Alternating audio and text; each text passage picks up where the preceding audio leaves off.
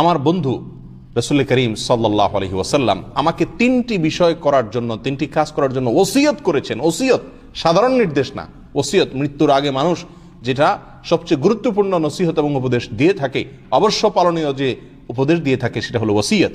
তো সাহাবী আবু হুরায়রা বলেন, আমাকে নবী করিম সাল্লাল্লাহু আলাইহি সাল্লাম তিনটি কাজের ওসিয়ত করেছেন। এই তিনটি কাজের ভিতরে একটি হলো সালাতুদ দুহা যেন আমি আদায় করি। তিনি বলেছেন হাদিসের শেষে, লা আদাহুন্না হাত্তা আমুত, আমি মৃত্যু পর্যন্ত তার ওসিয়তগুলো ফলো করে যাব, একটাও ছাড়বো না। অর্থাৎ এই সালাতুদ দুহা মৃত্যু পর্যন্ত কখনো ছাড়বো না। প্রিয় বন্ধু, সাহাবী প্রতিজ্ঞা করছেন নবী সাল্লাল্লাহু আলাইহি সাল্লামের ওসিয়তের উপরে চলবেন, মৃত্যু পর্যন্ত কখনো ছাড়বেন না।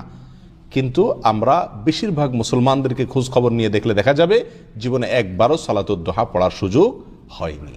আল্লাহ তাআলা আমাদেরকে মৃত সুন্নতকে জিন্দা করার তৌফিক দান করুন। প্রিয় ভাইরা, এই সালাতুদ দুহা প্রসঙ্গে নবী আলাইহিস সালাম শুধু আবু হুরায়রা রাদিয়াল্লাহু তাআলা আনহু নয়, আরো বহু সাহাবা একরামকে তিনি ওসিয়ত করেছেন, নির্দেশ করেছেন, গুরুত্ব আরোপ করেছেন। এবং নবী আলাইহিস সালাম সহ সাহাবা একরাম এই সালাতকে খুব গুরুত্বের সাথে আদায় করতেন, নিয়মিত আদায় করতেন, সবসময় আদায় করতেন। এই হাদিসগুলো থেকে মোটামুটি সালাতুদ দুহার গুরুত্ব একেবারে পরিষ্কারভাবে বুঝে আসে।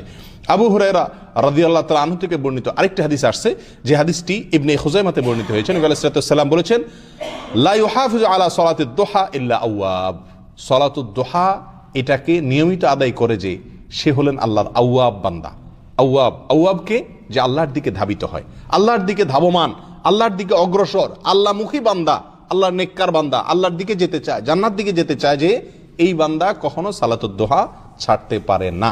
সালাতুদ দুহাকে নিয়মিত পড়ে যারা, তারা আল্লাহর দিকে ধাবমান, আল্লাহর দিকে অগ্রসর।